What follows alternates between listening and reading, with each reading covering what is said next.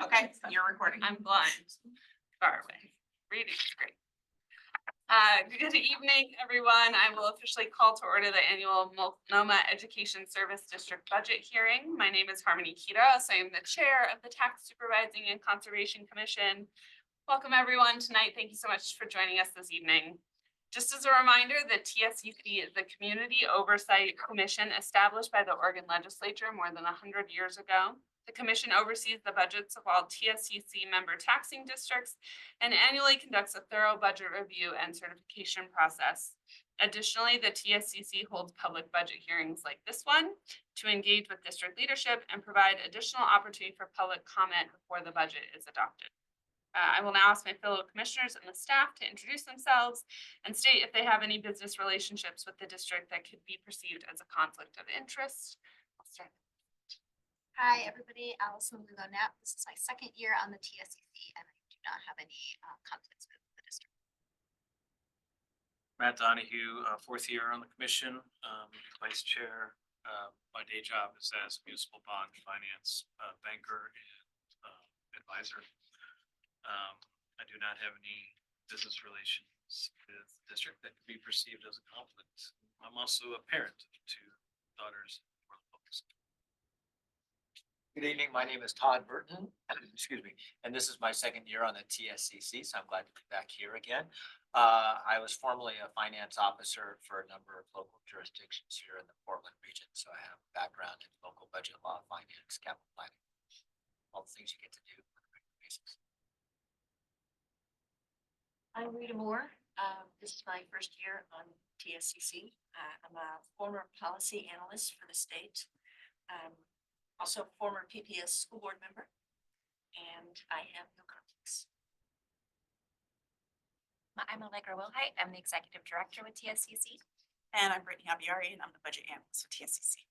Again, I'm Harmony Kitos. This is my 7th and final year with TSCC. I know my last hearing. I am a former middle school math and science teacher. I still work in K-12 science curriculum and assessment. So your work is near and dear to my heart. Rita and I were talking about, we worked with Sarah long ago on the Community Budget Review Committee at PPS. She was one of my first budget educators. So very thankful and excited to have her in the room tonight. So kind of quickly, would you introduce yourself and anybody else that you want to direct? Sure. Good to see everybody again. And I'm Paul Coakley, superintendent here at Multnomah Education Services District.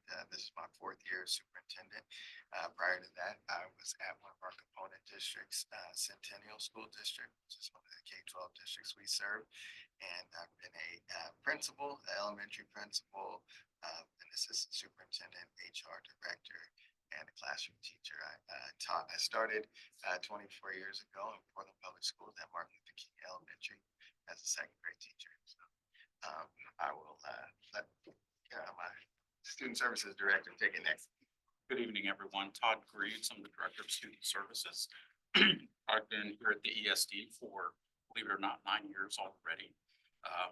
As Dr. Coakley has mentioned, I've also been a principal for many, many years in Texas, and then I was also a director of special programs down there, of course, a teacher about 1,000 years ago.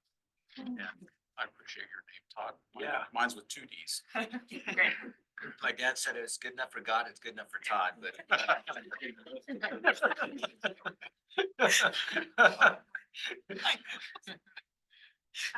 Sarah Bottomley, I'm the Senior Program Administrator for Business and Operations. I think I'm coming up on my 9th year at MESD, and before that, I was at PPS. I worked in both budget and human resources at PPS for about 15 years. Very short stint as a classroom teacher. Sasha Perrins, I'm the assistant superintendent here at MESD. I too am an expat from PPS and had a bunch of jobs there, which Director of Communication. Hello, my name is Marifer Sager, Director of Communications. I also, of course, didn't stop at PBS for 6 years. Thanks for that. I'm in my first year in the third year at MESD, and I'm from down south. I spent 14 years at 4G School District and We have several board members here, board chair, May Anderson. Vice chair, Jessica Arzate. Director Trina Downey. Director Amanda Swimpignati. All right. And Director Helen Ying. I'm ready. Oh, and Director Denise Peterson. Welcome. Welcome. We'll start with any introductory remarks the district might have, after which we'll hear public comment. Then we'll ask our questions and discuss the budget with you. We're looking forward to a robust conversation like we always have. As a reminder, since we only have a short time with you today, we encourage you to speak directly and openly and keep the reading of any written comments brief, just to allow for more conversation. I'll turn the floor over to you, Superintendent Copley, for any introductory remarks. Sure. So I'll just give you a quick overview of our budget this year, and it's part of my budget message that I share with our community. So our strategic plan, which is the Blueprint 28, still remains the comprehensive guide for us aligning our resources and initiatives to our mission and vision. And we reaffirm our dedication to our strategic framework, even though everyone's facing a lot of budgetary pressures this year. So the 25-26 budget is based on our 3 strategic planning goals. The first goal is creating a high quality learning experience for all. The second goal is operationalizing systems that engage and empower our community. And then goal 3 is building a culturally responsive workforce. And so what I've shared with our community is that this year, the $11.4 billion state school fund that was proposed by the governor and Ways and Means is not enough resources for K-12 Oregon, for Oregon districts. And so every one of our component districts is facing really deep budget cuts this year. So our goal as a ESD this year is to keep costs flat as possible for our component districts. And so in doing that, in keeping costs flat, it puts us also in reductions. And then also the way that we run our LSP, our districts, we provide a menu of options for services. And because of how tight budgets are, they've scaled back on that menu. And so that also puts us into reductions and quite a bit of a funding gap. So we've been going through budget reductions as well as our component districts. And then the federal funding still remains uncertain. We did lose a federal grant already. The federal mental health grant was defunded by the feds for MESD, PPS, and Orbit. And so that also kind of slows down a lot of the work that we can do. And then some of the other challenges are just constraints on the budget, higher PERS costs this year, and uncertain revenue streams. And so we still remain focused on our goals, and we are trying to just do more with less resources. And so we're still continuing our mission and vision, and we are lucky to have our business services team who have been like really great stewards of community resources, and we continue to be focused on educational equity and really trying to be as involved in the needs of our students, families, and communities as possible. And so there's been a lot of advocacy all year long, which you'll hear more about as we get to the questions. But as we move forward at the end of the biennium, we keep looking closely at the numbers to see if anything will change and if we will be able to make some adjustments. Unfortunately, last week we had to notify administrators, teachers, and classified who are being laid off, and we've just been following the contract and trying to keep things as flat as possible. And then if things come back better, then we will recall people as we can. So it's kind of opening, not as great as last year, but that's where we are. So we just want to be transparent about it. Appreciate that. I'll now call on any members of the public who would like to speak. Each person is limited to 3 minutes of public comment, and we'll let you know when you're nearing the end of your time. Allegra, do we have any members of the public signed up to testify? We do not have anyone who has signed up in advance. If there is someone online who would like to testify, please indicate that through either the chat or like a thumbs up. Seeing nothing from that side, I would say we can go ahead and proceed. Should someone join, we can try and provide time at the end. Okay, with that, we'll dive into our discussion and our questions. Todd, you get the first question. Yeah, thank you, Paul. Really, the first question I think has been pretty well answered by you. We were asking how's state funding look, how does federal funding look? I know, reading your budget message and the analysis, you're having to let go of several positions. Is there anything else you'd like to share with us or as we have this hearing that's in addition to maybe what you've already provided us? And our follow-up question would be, if things change one way or another, maybe up or down, how quickly could you scale up or even address more significant cuts? I'll defer to Okay. Sarah. Dr. Coakley covered a lot of it. Yes. One additional thing I can share is that we, as of earlier this month, we now have our selections back from our component districts. And there are a couple of programs that had more significant reductions, but other than that, what we're seeing, because we've been able to keep the costs flat, is that their selections for the coming year just have some minimal changes. So, and then we do, because we're an ESD and because we have the menu service plan, we do have some more experience than a traditional district would have in terms of scaling things up and down. And so we will, as Dr. Coakley said, just keep monitoring the developments closely. And I know we're going to ask you later about some of your advocacy, and I know you mentioned that in your opening remarks. So just as far as scaling up though, I mean, do you have any sort of plans to, the planning apparatus to scale up if the opportunity arises? I think so, because since we've just been following the contract, a lot of it will just be recall. Most people are getting their notification letters if they're impacted that their last day is June 30. And then I think hopefully around that time, we'll also know what the funding is. And if things come back better, then we'll be able to follow the recall process and get people back, and specifically to those programs that need to scale up. Besides the federal grants for the mental health program, it's pointing for sure. Are there other federal dollars that you think are at risk besides the general uncertainty about federal funding? Like any more specific? So I can share that our assumptions right now are, in the absence of having specific information about reductions or increases, general assumption for flat funding for federal. However, for title and IDEA grants, we're assuming a 5% reduction. And this is just in line with what many other school districts around the state are doing to hedge. Go ahead, Allison. So this is a question for the board members in the room. We know component school districts can choose different levels of service. Additionally, your Blueprint 28 strategic plan has a goal to provide a systemic approach towards equity through the services offered across the region.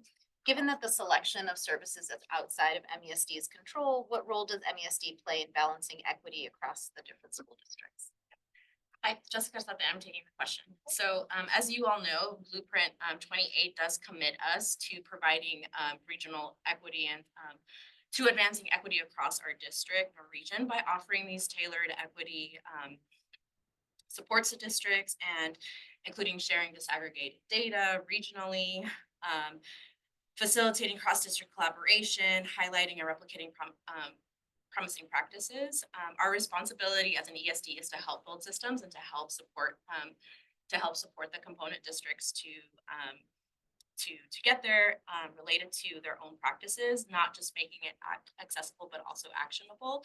And with that, MESD also serves as a convener and as a collaborator for districts. And just based on conversations and collaborations with component districts, we all what the consensus has been with component districts is that there is a collective agreement to, for districts to rely on their own equity departments, especially in the face of a lot of reductions. The supports that we provided here were, working to move equity together, and the Blueprint 28, the work that we're doing, even despite districts shifting and kind of asking us to pivot to let them focus on their own internal equity, it's still pretty aligned to Blueprint 28, especially the goals that we have outlined for the superintendent.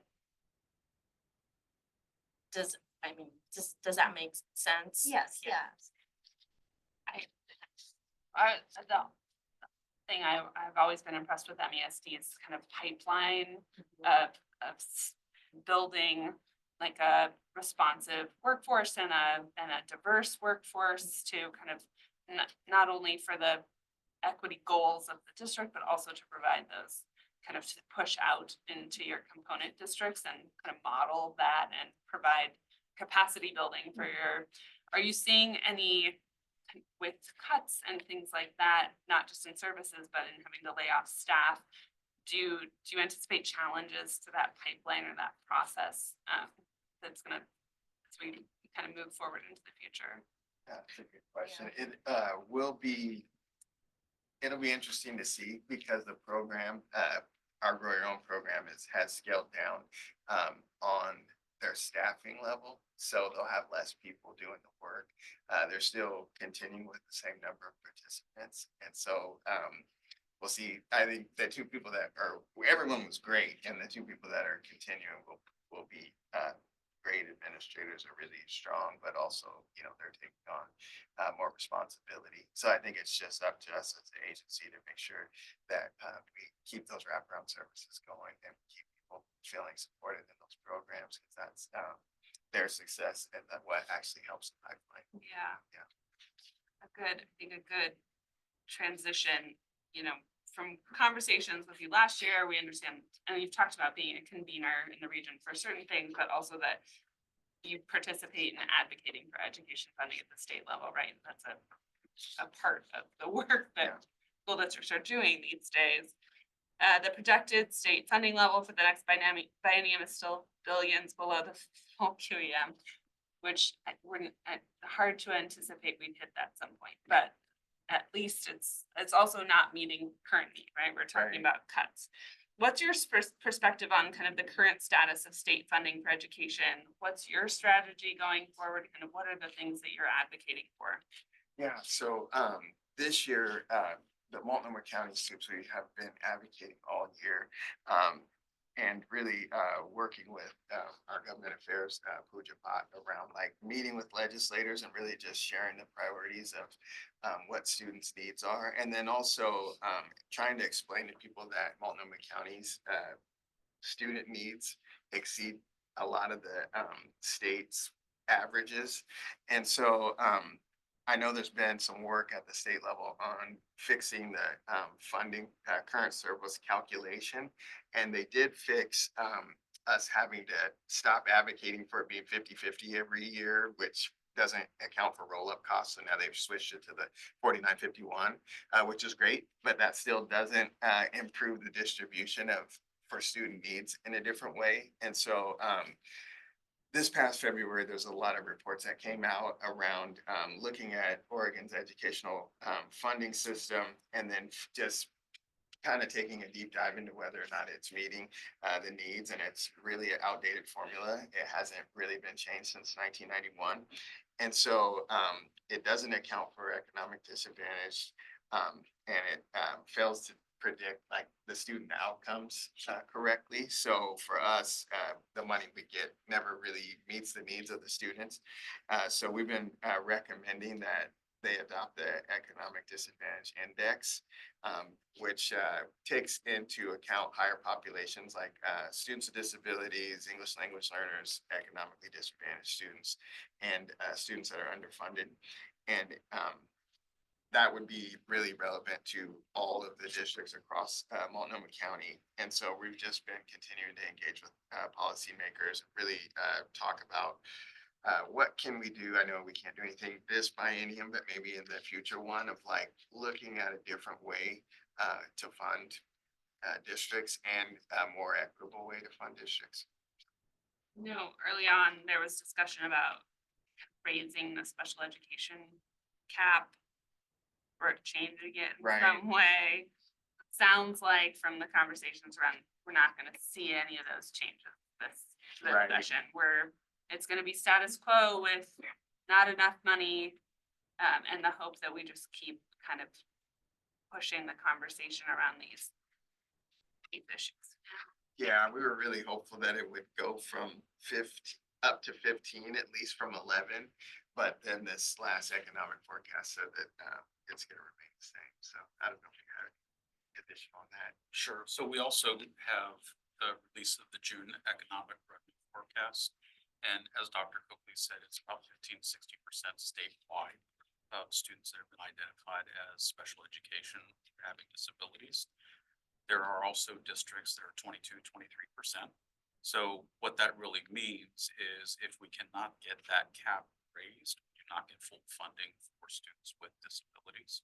So that truly does hurt not only the instructional program, but ultimately the child, because you don't have the monies to do what you need in the classrooms with the students. One, it's hurting a full population of students, right? Because districts are still providing those services, even though they're unfunded by the Yes. state.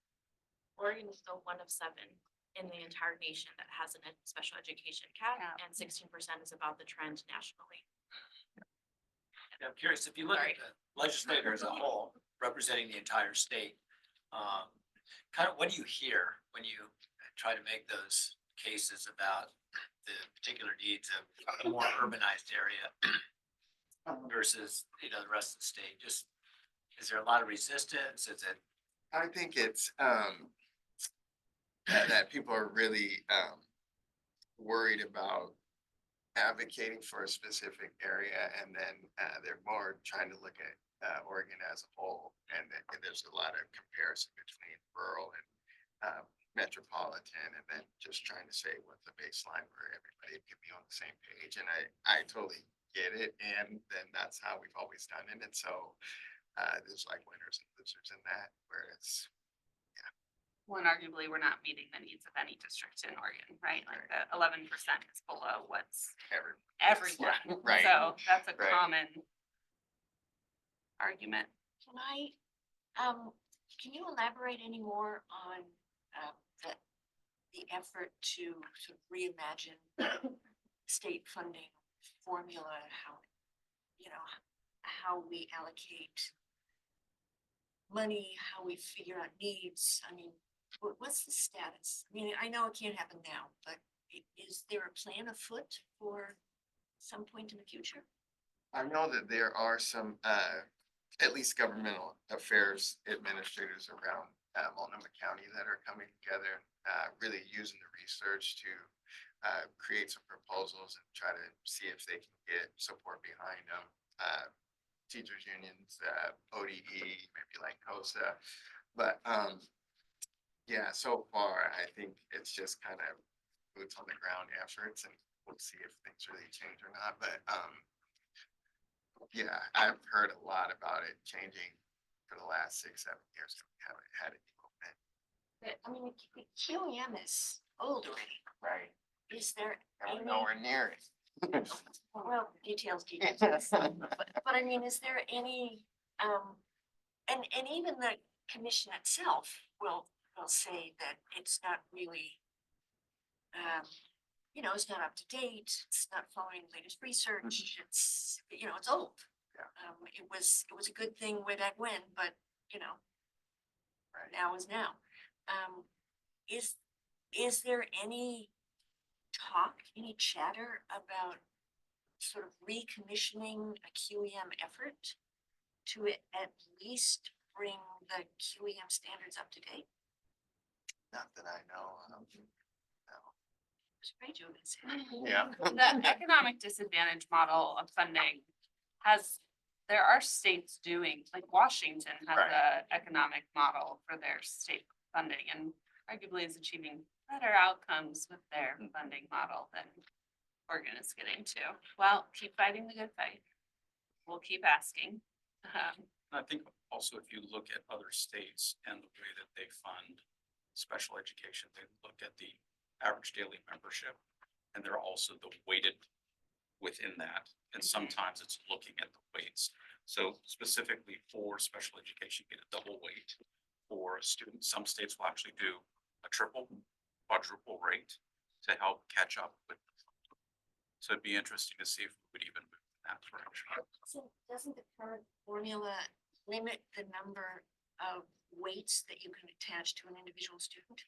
So. It does. Lots of change, lots of reform And if the possible. special education cap was lifted, then for us, it would directly help us to provide more services to students because right now the districts pay for slot costs and seats, and it would, and then once they're over the cap, sure, they're paying for slot costs and seats, but then that impacts their budgets. But just by raising that cap, it would allow so many more students to be served and also get their needs met without really impacting the district side of the budgets. So, with this budget under the current, hopefully inadequate resources, Right. there's lots of cuts to special education. And you talked earlier about how that's not gonna be finalized, so maybe a month. So what do the school districts do when they don't hire the special ed entity from you to support their services? What are the options of MESD to work with the schools outside of that? So I think to answer that directly, something that's actually occurred this year, we had one of our component districts that, because of internal budget reductions and layoffs, they decided that they would pull back their children to be able to provide the functional living skills program that we also. And that's a tremendous savings for them. For that program itself, it does make sense because you want students to be around those of gen ed students in either middle schools, elementaries, or high schools. That was really the large impact for us. It was about 18 students total, but it did take our programming down to about half at this point. But we're also making sure that we have true collaboration with our component district. We work very closely with them. We have identical messaging that's going out to our staff, their staff, making sure that our staff are also taken care of at the end, where we know that they know the students, the district knows that they know the students, and they want to hire these individuals to work with the students that they've been with for the last so many years. What's the, no, I think we're gonna ask about, I'm sure we're gonna, maybe not. So I'm just asking now, and then we repeat it, I'm sorry. We know the school district budgets are driven by enrollment, so is yours to some degree. Your students are, the students you're serving are, we're curious, and I tried to look it up. The number of special education students served by these districts, while enrollment as a whole is going down, is the number of students who need special education services, or, across the board 504 and IEP plans is relatively flat or growing, right? So without a funding cap or a special ed cap change, even though we have more students as a percentage of our school populations, we can't provide the services. That's essentially what's happening. Yes and no. So because of the cap, we can only provide those services to a certain level, but we are also required by IDEA, which is a federal requirement, to provide what is in an IEP. So we, as a service provider to our districts, we work very closely with them when it comes to response to intervention or multi-tiered systems of support, so that we don't over-identify students with challenges and or disabilities. You actually have to go through a process prior to getting to the referral process where you have your progress monitoring. We do observations, we look at the classrooms, is it the right setup for the students that we're serving? So we've lengthened the process where you cannot any longer just refer a student because they're having some challenges to see if they qualify for special education. And that's all based on evidence research, and it's been around for a very long time. But we've made sure that we've helped our districts with the implementation of that.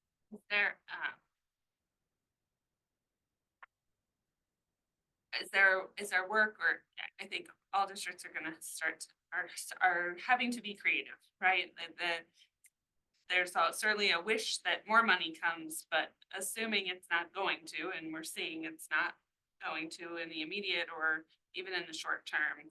Are there ways that MESD is working to like build capacity in the districts? So maybe not directly providing service, but so, you know, you don't directly hire staff and teachers, but you have trainers that are working to build that capacity in the district, or you are the experts. So I'm speaking off the top of my head, but like other creative solutions to kind of providing that capacity so the supports can be provided in a more efficient way with the limited resources we've got. We do some of that, but I'm struck in this conversation about pretending that we'll be able to do more endlessly with less resource, and it's a complex ecosystem. And so if you pull on one thing, it changes something else. And so we can support staff, but if those teachers, for example, are now serving 10% more students, they have 10% more, capacity pieces that they're doing. So I think what we're seeing is just it's kind of in Oregon, it's like the lungs, it ebbs and it flows, and we're in an ebb right now. And you can see over time what happens to students' educations when that goes on. And here we are. In terms of capacity building, I'm curious what the current state of play is now in adapting teacher training programs to provide more training for, integrating all students into Gen Ed. What's the status? Because when I was on the board, there was a fair amount of talk, and what's the state of play? My understanding is they're doing some things, for sure, but really what we're facing too is too few people are getting into the field now, particularly in the areas that are hard to fill. So we have, less people who are special ed teachers than we need. And so it's just one of those times where, I don't want to leave saying there's nothing positive happening in the world, but it is a time where it's a time of loss. It's a time of kind of regrouping and trying to make our way through, but it's not great. Go through. You have the next question. With enrollment declines likely to continue with PPS, with contracts for the largest share of MESD services, and similar enrollment declines in other districts as well. Are you looking ahead to project, 5-10 years down the road? Are you looking at likely budget cuts for MESD? Do you have a multi-year forecast that allows you to make any kind of projections? Couple things. Harmony had already discussed how enrollment declines doesn't necessarily translate directly to a reduced need for our services. And the way that our plan is menu-based, that makes it really difficult to have a multi-year forecast. Our agreement with the districts also is for a single year of service. So our districts can change their selections each year. So our best source of information is our ongoing communications with the component districts. We are aware of one multi-year plan to ramp down their use of our services in a technology services program. So we're we just have to keep continuing those conversations to help us protect health. You mentioned workforce issues. I'm not choosing to go to teacher training programs. How, can you tell me a little bit about what the trends are? How, and how the current budget situation is playing out there? This is not my area of expertise, so my impression from what I'm seeing is that the people coming into the profession do not meet the need. And so the people coming into the profession, we have a population problem. Because we have people are starting to be able to retire in larger and larger numbers, as we all know. And replacing them is not on track. I'd say that's correct. So, for Portland State and U of O, because I'm an adjunct professor for both programs, but their numbers are lower than they've ever been. And just the number of graduates, could be hired by one district, probably for both programs.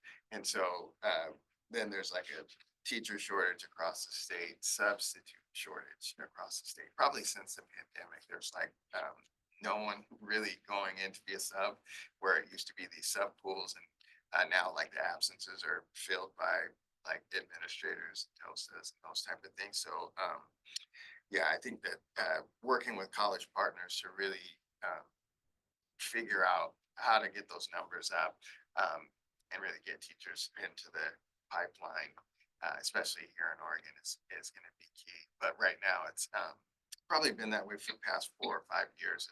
The trend of like everyone that came out would get hired, but now that we're in cuts, it's probably no one will get hired. But maybe it could be subs. I don't know. But yeah, this is just one of those years where I think everything's gonna be different than what we have experienced in the past. Are you experiencing any difficulty in retaining staff here at MBSD? If you can't retain them? Well, through the reductions, yes, that is totally difficult. But other than that, we had been retaining our staff. And, yeah, that was the goal. And then, yeah, this year is just like, PPS has got the $40 million cut. David Douglas is 20, Reynolds is 20. Every single one of our component districts, including Riverdale's in reduction. So I think for us as the ESD, just trying to be really meet the needs of our districts, I felt like it's irresponsible of us, or like tone deaf, to like roll up the costs on our districts that we serve when they already are in reductions. So I don't think this is something that we can continue to do, but right now it's like we got to keep the costs as flat as possible. And so then that impacts our staff in a really negative way, but also we're just doing it for our kids, because otherwise if we roll up costs, then they can't pay for seats, and then kids lose programs and schools and everything else. It's just not there. So, tell me if I have this right. So we have more retirees, more teachers retiring, and not enough new teachers coming into the field to replace those. But in a cut year like this is, we're just losing the retirees, and that's a lot of how districts are getting through without like laying people off, right? They're letting retirees go and not filling vacancies, and so far we hear about the loss of teaching positions, but not necessarily layoffs of people. I think that's what it was last year, but now it's like past that. It's all the retiree positions are cut, and then people are getting laid off. Are we losing teachers to other states, or is this a nationwide teacher shortage?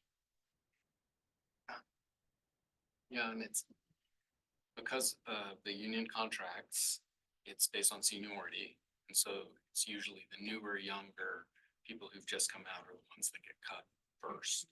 And So then they it's don't that come group back. of people, and sometimes they stick with it and make it. Sometimes as they go do something else.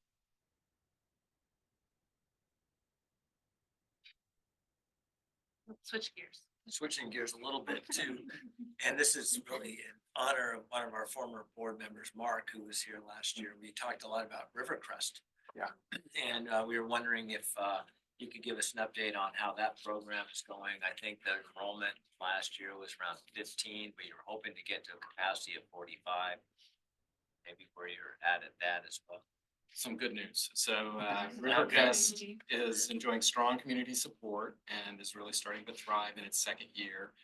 We were ahead of the curve. We started up before the state was reimbursing, so we had districts kicking in, and that's why we had the 15 students, because districts were actually paying for those kids. But now in our second year, because of the way the state's reimbursing, I think we're up to 25 students now. And all kinds of great things are happening. Family participation in monthly meetings is about 100%. They formed a number of partnerships with local organizations, including 4D Recovery, Collective Roots, Alternative Peer Groups, the Recovery Cafe, Rock to Recovery. They have a mascot, which is a phoenix, that the students designed. They're able this year, because they're in their second year, to offer summer school, host their first prom, and their first graduation June 6th. Right? So can you give like a minute of what the life is like of a Rivercrest student? Or what not life, but the process.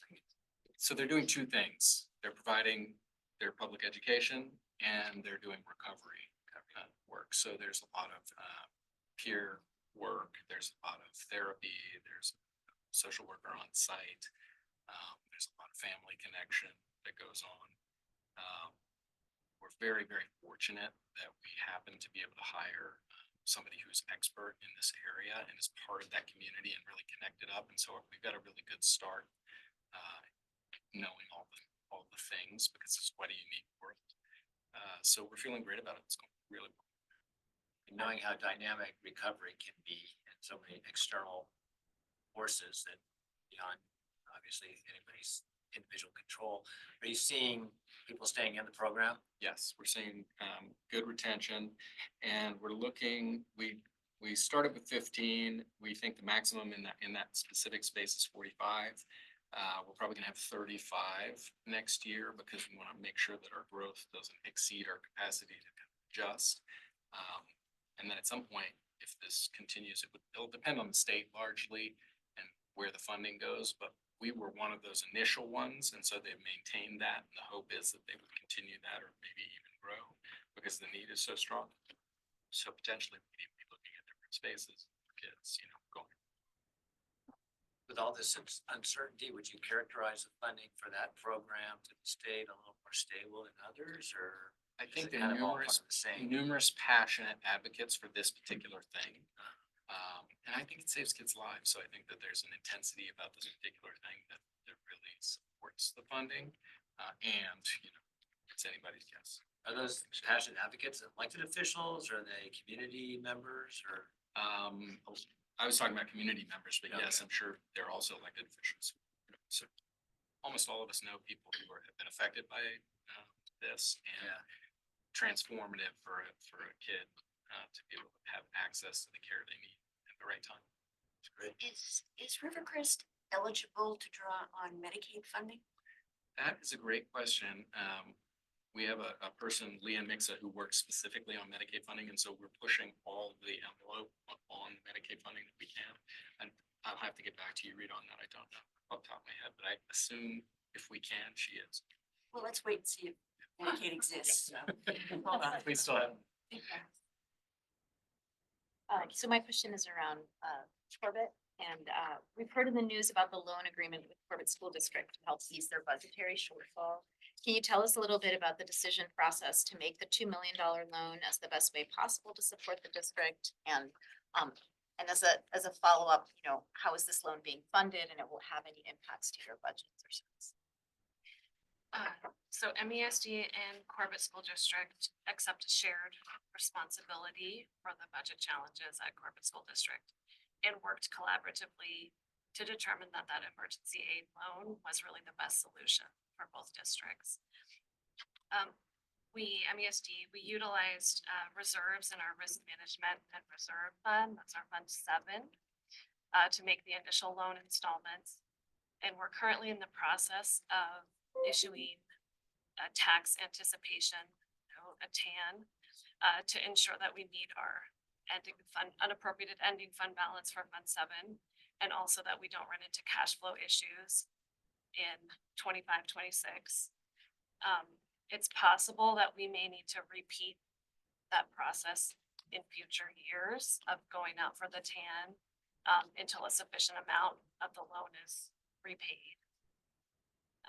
And we expect that the interest Corbett will pay MESD as part of the loan agreement will offset the costs of our borrowing through the TAN. What's the timeline of that payback? What's there? It's 8 years. Okay. Do we think, and we have Corbett's on it's one of our districts as well, so we look at, they're a little district, they don't get a hearing. We just get to ask questions, and Belager and Brittany help them through the process. We think they've figured it out, that in addition to the loan, to like stave off the serious challenges of just not having enough money, that they've kind of shored up the budget process, and that they're well positioned to kind of move forward from this point. They have a new CFO in place, and I know that our CFO has been working with their CFO, and yes, as far as I know, that's the case. It seems like we're in good shape. Has anybody, I know it's a pretty recent settlement. Is it any, excuse me, has any of that note been paid off yet? The loan, or is it still? The Corbett's, our loan to Corbett. Yeah, Corbett's obligation on the, So the repayment on the principal will begin next year. Next and year. Go for the next 8 years, yeah. With the new biennial state school fund budget, next year meaning July 1st. July 1st, yes. Fiscal year. Yeah, I've got the last question, the if time question, so good job, everybody. For 25-26, we see that MESD anticipates significant spending of new resources from the Portland Clean Energy Fund to support energy efficient upgrades and carbon emissions reductions in eligible schools. And we see these improvements are expected to begin next year. That money has a wide fingers, wide tentacles out to everybody. Can you just tell us a little bit about what these projects for MESD will be and when you anticipate those projects will be complete? Yes, so we're really considering the 2 rounds of, we're just calling them rounds for short. Yeah. There was the initial allocations to school districts that was part of the climate friendly public schools allocations, part of the P7 plan. Okay. And those, we're in the middle of a technical, or we're nearing the end of a technical energy audit on the eligible buildings, and then that will let us finalize the projects. So those projects with that first round are things like lighting efficiency upgrades that we need to make under House Bill 2531, improvements to sealing the building envelope. There's interest in maybe some solar panels at one of the schools. And that first round, all the work needs to be completed by 2028. Then there's the second round, which was a collective grant that MESD will be the fiscal agent for. MESD and then 5 of our component districts were eligible. That was called Collaborating for Climate Action. We initially requested 100 million, and then 70 million is what we received. So some of the downscoping is still in process, but for MESD schools, those projects are things like upgrading the HVAC systems from gas to electric, or potentially even geothermal, transitioning parts of our fleet to electric vehicles, and installing charging infrastructure. And then that work will be completed in 2029, and we don't expect major construction on those pieces to start until 2026. Were these all part of kind of the long-term, well, or the long maintenance plan, the long-term maintenance plan, and also like the deferred maintenance and deferred upgrades of the district? And so like easy to be like, this fits, this fits, this fits, or are these new projects? So we wouldn't have been able to do anything on the scale of converting to electric or even looking at geothermal with the typical funds that we would have as a school district. So replacing the HVAC equipment that is in need of replacement, that's part of the plan, but this is letting us do it on a scale that's gonna allow us to be much more efficient and probably have it maybe sooner than it would have otherwise, so. Does the district have the capacity, it's like the capital planning and execution capacity to get that done in the next 3 to 4 years? Or, you know, we see capital projects are always a challenge to implement at the scope and level that everybody wants them to, right? Even in the small home renovation scales, right? Like we see challenges, but in our big, especially our big capital districts, it's real ebb and flow depending on with tariffs and this and that. We're gonna be able to use part of our funding to have some contractors helping us with the capacity. And how the tariffs and all of that is gonna, I mean. Yeah. Construction costs go up every year, and then as you guys were talking about that, it made me think of also, there's 2 bonds on large scale bonds on the ballot, PPS and Mount Hood. And so just coming from like Centennial, we passed our bond, like things took a little longer than we expected because it's usually the same companies, especially if you support like your union trades and you want them to do the work and kind of keep the work local, then you're competing with like some of the other organizations that are actually doing bonds at the same time. But I think, I think we'll bring on some agency to help us do that work and really try to go through the contracting process. Was there any, and Jenny jumped in too, not my show. It's a big night for PPS, certainly with the bond. 1 hour and 10 minutes and counting until we still start seeing exit polls. Was there any, we had a hearing on the bond 2 weeks ago ish, and a lot of talk around the climate policy at PPS and kind of these types of ideas for the new high schools and for the upgrades to those elementary. And are any of like your technology plans or services, is there any collaboration with the district around those types of capital things, or they're just totally separate? I'm just curious about the like forward thinking around climate policy and all of our buildings and Our technology, so we lease buildings from some of our districts, so in that way that we're, totally locked in for the ones we lease. And then our technology services is a large network. We partner with this regional ESD. And so we're, the tech directors are all hand in glove, see each other more than we see them, so they very much are kind of like that. I don't know so much about other kinds of facilities. I have to ask about geothermal. Wow. Can you say more about that?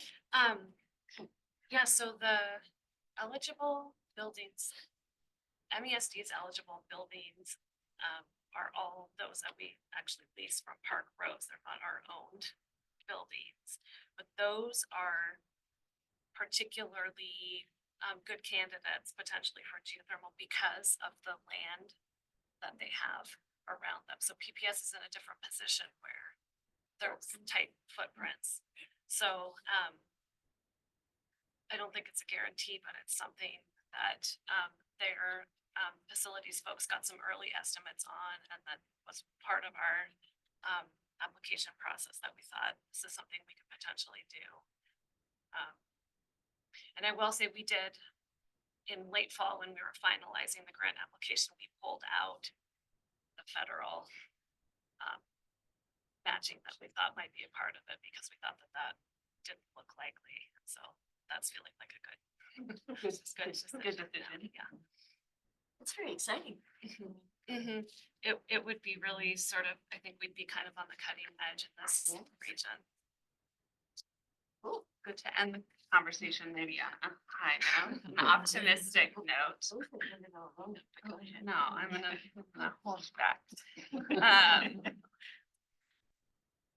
I just want to say thank you so much to all of you for being here and having such a frank conversation with us, especially in these hard times. I'm going to keep in mind this, like, we're going to go through, right? We can't stop and mope, and we're gonna push through even if it's hard. And actually, I look forward to the work that you all will do if you move through this hard time, because I do think while there isn't more money and certainly services go down, I think MESD has been a model in the region for being creative problem solvers and really being innovative. I think you grow your own program and just really doing the work that we want to see and we hope to see as parents and community members, just that we're, you know, really creating a thriving system for our kids. So just want to say thank you, and then we have some business to do. So I will close the hearing and open a regular business meeting of the TSCC. Commissioners, do you have any further comments on the budget? Allegra, will you please share the staff recommendations for the certification letter? Yes, I'd be happy Thank to. you. And I would also like to say a special thank you to the district finance staff.